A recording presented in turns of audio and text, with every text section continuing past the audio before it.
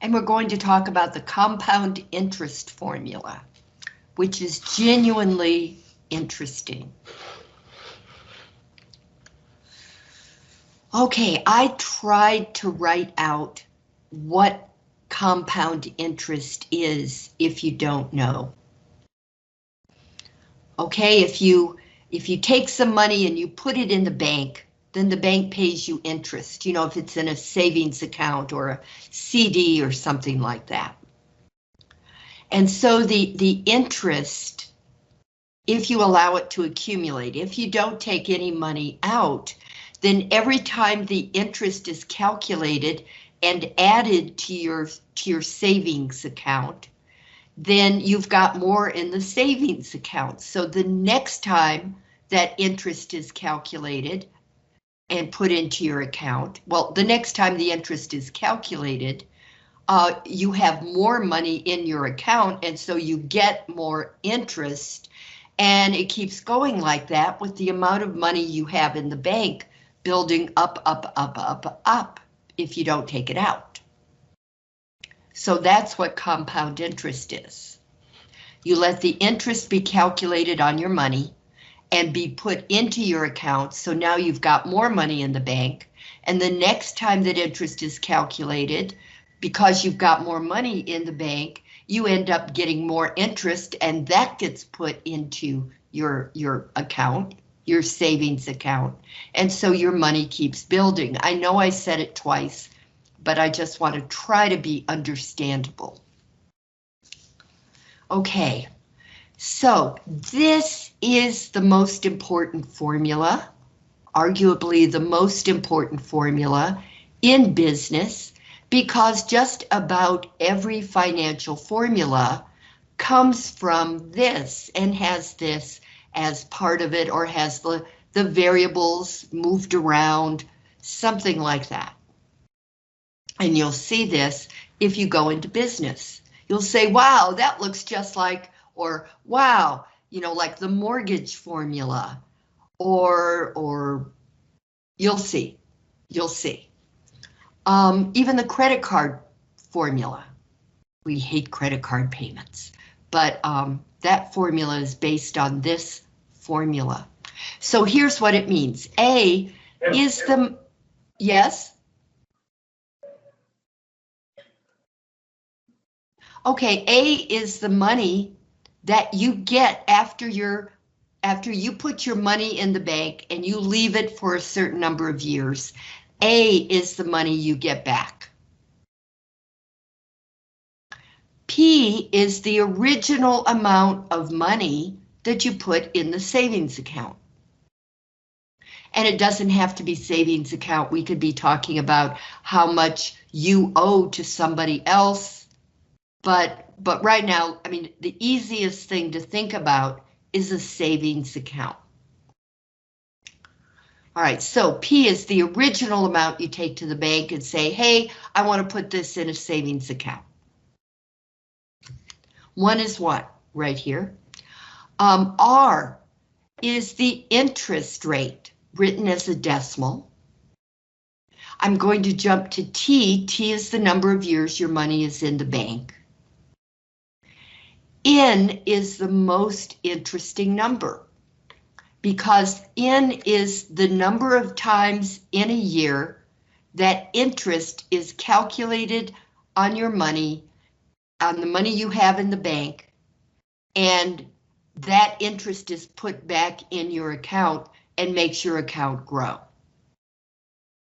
So N can equal a number of numbers. For instance, if your interest is calculated annually, that means N equals 1. If your interest is calculated semi-annually, that means N equals 2. If your interest is compounded quarterly, is calculated quarterly, then N equals 4. If your interest is calculated every month, then N equals 12. And if your interest is calculated daily, then your N is 365. Now, I've been told by people who work at a bank that no, it's not 365. They have their own number that they use for daily. And to which I say, but in math, they say it's 365. And if you want to get the problem right, please say it's 365. And they agree. Yeah, so we will agree it's not really the right number that a bank would use. But I don't know what that number is. All right, so that is the compound interest formula, and you must memorize it. Yeah, it's true.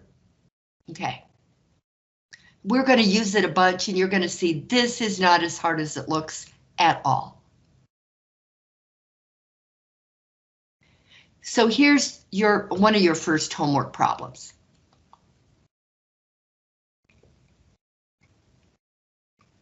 After a big gulp of water. Coffee. It's coffee, yeah. Okay, suppose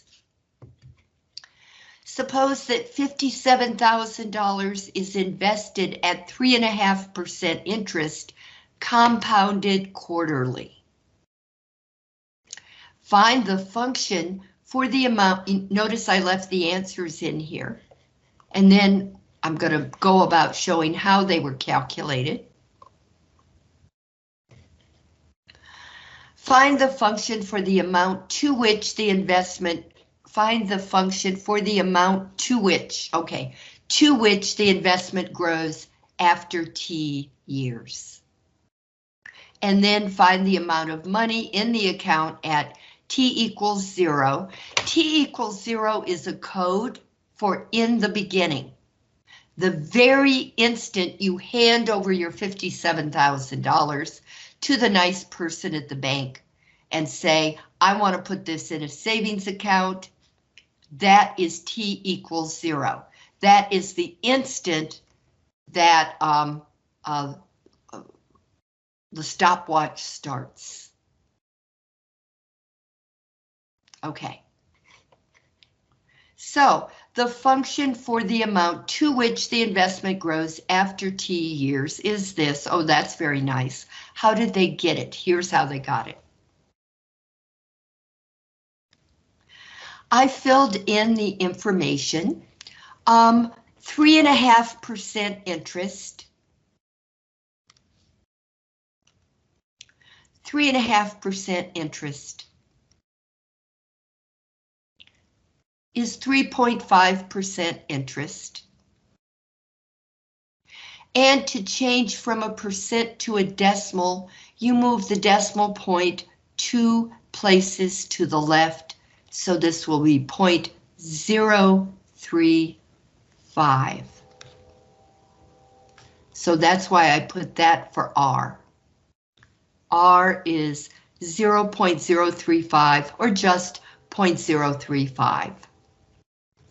Now quarterly means N equals 4. And then in T is going to be 4 times T. So now the way they wrote the answer is this way, which is right, because this amount will change, this in the parentheses will change every time you change T, or every time you change compounding periods. So that really is right. And so what I did was I took this 1 plus 0.035 divided by 4. And I hit enter and I got this number, 1.00875. And that's the number that goes in parentheses. So now this is the answer to part A. Although quite honestly, it's really weird to see, well, never mind. I don't think you have to put a parenthesis in there, but if you do, just do it. I was taught to never do it. All right, now we're going to find how much money is in the bank at t equals 0. Well, in the beginning, there's only the principal, the amount of money you have in the beginning. Now, t equals 2 means after 2 years. So you use your formula and you just put a 2 in for t, which means 4 times 2 is 8. So here's what you'll do.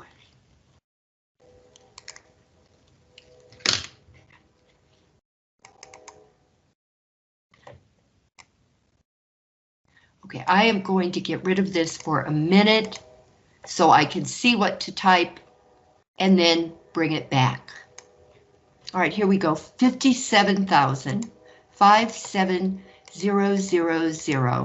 times 1.00875 caret 4 times 2 is 8. And then come down. So this is what I have.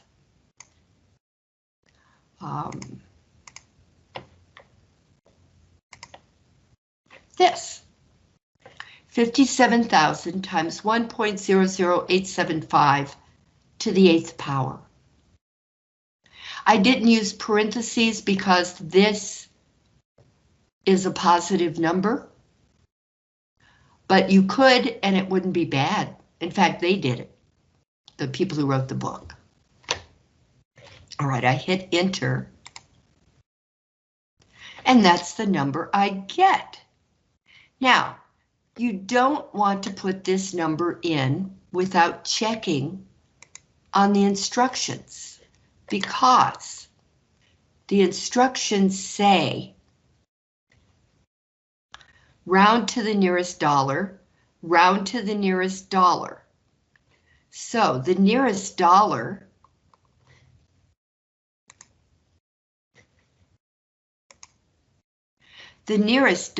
is going to be this part right here.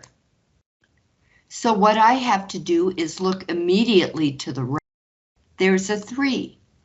3 is not big enough to round up the 4 to a 5. Therefore, you're going to have $61,114.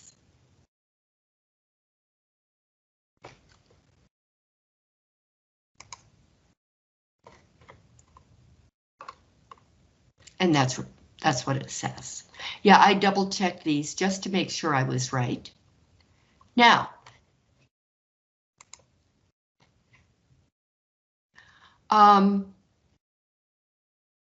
this is the only part of your equation. This is the only part of your equation that will be changing, because t is changing. T is all that's changing. So you'll just type this over and over again, but change the dates. I mean, change the exponent. So now next we have t equals 5. That'll be 4 times 5, which is 20. Everything else will remain the same. So a shortcut that you can use, you can, of course, just go ahead and type 57,000 times 1.00875 raised to the 20th power. But you can also click the second button and click the enter button. And what that does is it allows you to backtrack through what you just typed. And see, that's going to be 20. Enter. No, enter, yeah. Okay, 67,849. And this 3 will not cause the 9 to grow up to, well, it would cause, if that were a 5 or a 6 or a 7 or an 8, you would get a 50 in there. 49 would grow up to be 50, and you would have 67,850. But 3 is not big enough to do that job. Notice I don't look over here and make that bigger. You forget about 6, 8, 5, 6 and only look at the 3.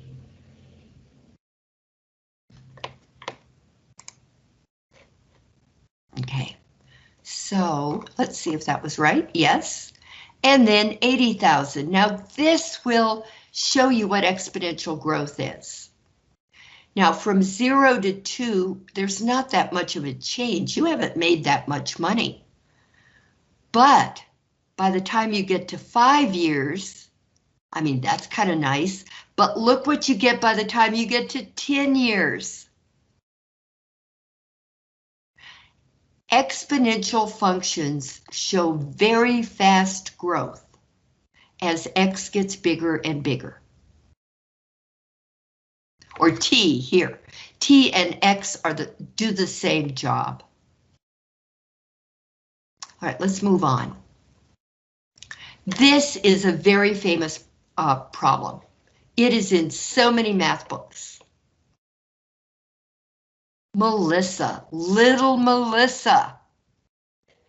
On Melissa's 6th birthday, she gets a $6,000 CD that earns 6% interest compounded semi-annually. What does all that mean?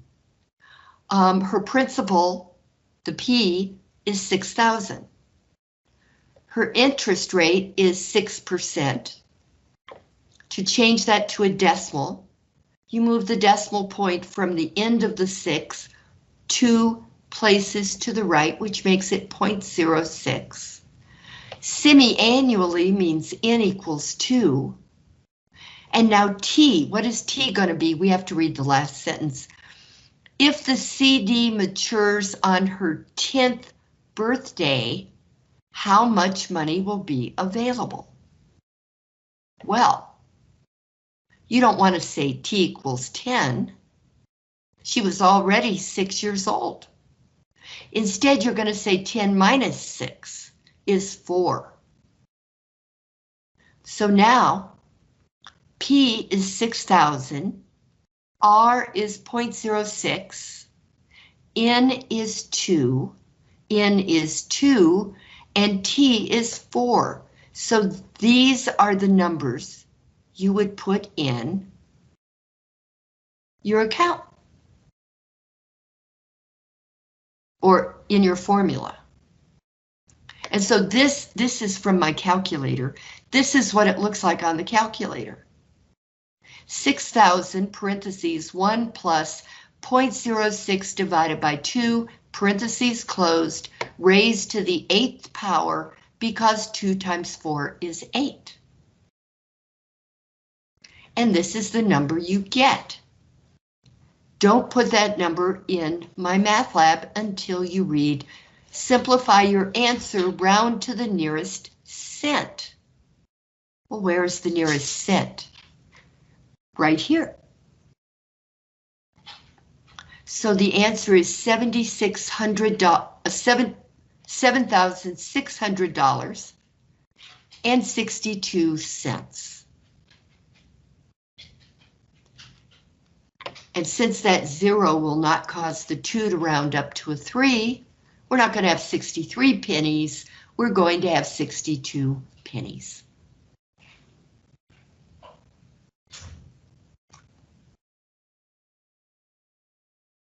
So all you do is put the right numbers in here. By the time you've done a few of these, you will have it memorized. All right, so like the first 4 problems in the homework, 4, 5 maybe, are all compound interest type problems. And then they change, but they're all alike. I'll show you. They are all alike. All right, Melissa, now this is after Melissa. Is there life after Melissa? All right, here it is. The total number of public electric charging units available for hybrid vehicles has increased exponentially since 2006. That's the basic story. The number of outlets, A of t, it's a function of time, at these alternative fueling stations, T years after 2006, can be approximated by this formula, where T is the years after 2006. Where T equals 0 in the beginning corresponds to 2006. All right, how many outlets were available in 2008? You come over here and say 2008 minus 2006 is 2. So T equals 2. And then how many outlets were available in 2010? Well, you say 2010 minus 2006. That's 4 years, so T equals 4. And the number of outlets available in 2011, well, that's just one more. So, I'm gonna sneeze. 2011 minus 2006 is 5.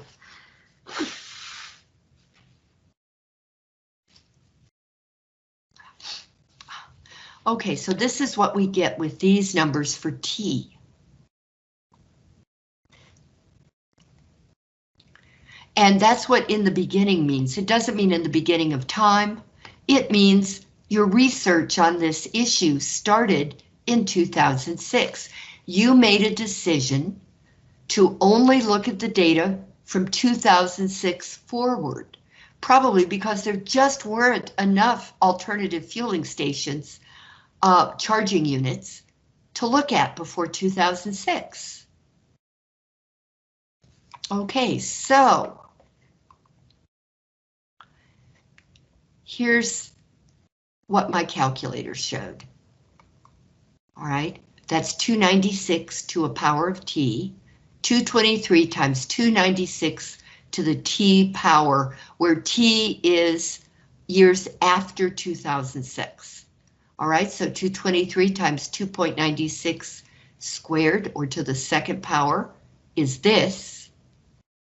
And 223 times 2.96 to the fourth, 223 times 2.96 to the fifth, and then here are the raw numbers that you get from your calculator. But you better read what it says.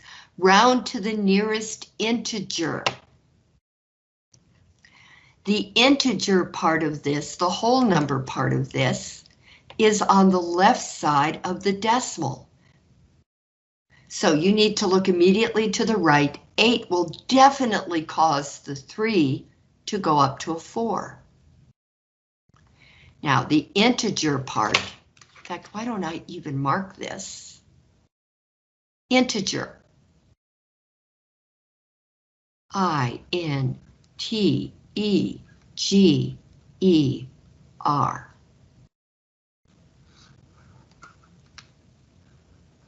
That's the integer part, let's say part.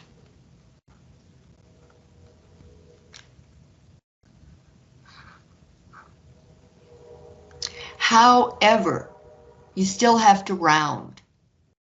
Now the 8 is going to cause 3 to go up to a 4. The 7 is going to cause 8 to go up to a 9.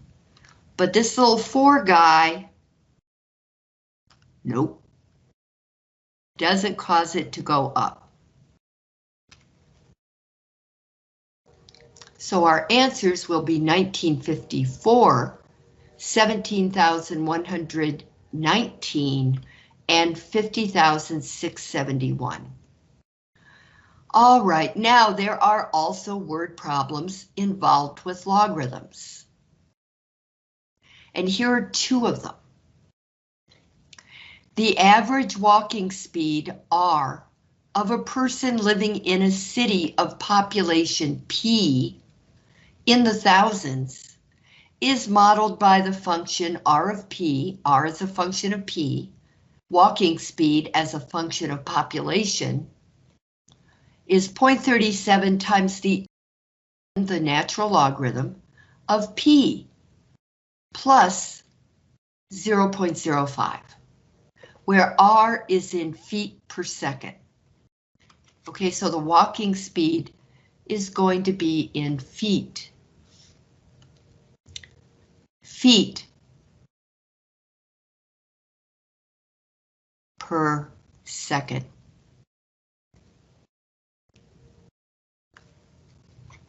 Okay, the population of Tuscaloosa is 74,000. Find the average walking speed of people living in Tuscaloosa. Okay, look what you have to be careful to do. You should read this a few times because P is already in thousands. The P you use is going to be 74, not 74,000. 74. So we're going to take 0.37 times the ln of 74 plus 0.05 or 0.05, and this is the answer we'll get. So let's actually do this. Here's the log button, here's the ln button. All right, so if I were to do this live, oops, wait a minute, clear. If I were to do this live, I'll make it big again in just a minute. 0.37, 0.37 times the ln, which is right there, that key right below the log key, ln, of 74, close the parenthesis, plus 0.05. So there's what I have. And I hit enter. And that's what I get. Now we have to see, of course they're going to want us to round. So let's see what they want us to round to. Round to the nearest tenth. The nearest tenth is 1 decimal place. So there's the tenths place. You look over at the hundredths place, it's a 4. 4 is below 5. So 4 will not cause the 6 to go up to a 7. Therefore, the answer is going to be 1.6.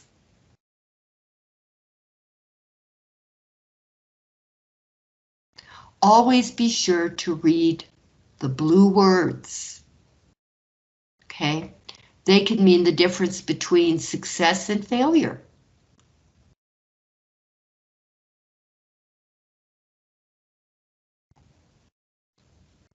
Let's do another one.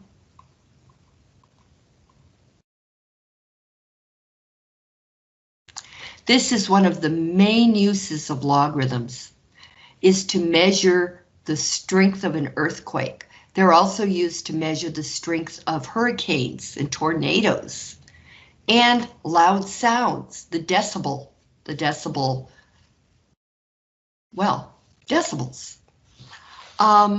Okay, the magnitude R measured on the Richter scale, and you've heard about the Richter scale, of an earthquake of intensity I is defined this way, where I naught, this is pronounced I naught.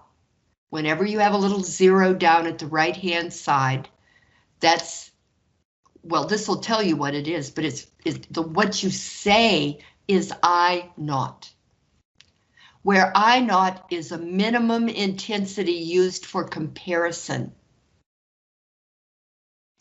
If the intensity of an earthquake was 10 to the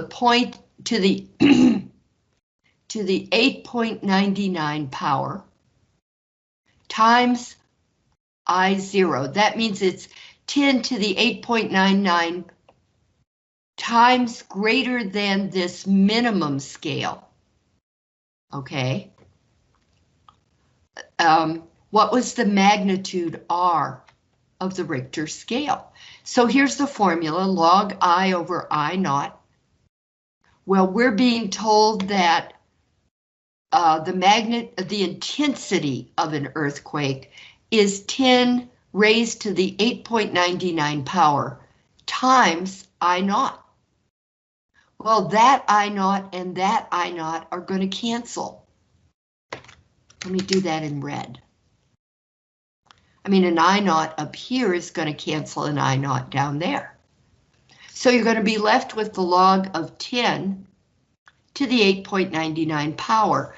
I put that in my calculator. And I got 8.99. Starting on Monday, you're going to learn why that's the answer, if you don't know already. And if you do, good.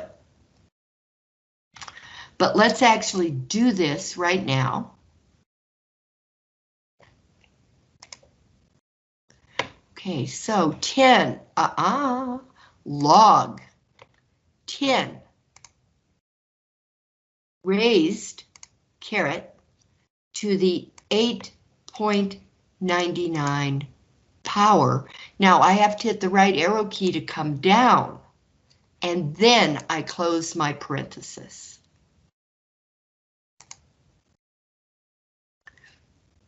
Yep. Like I said, you're going to learn why.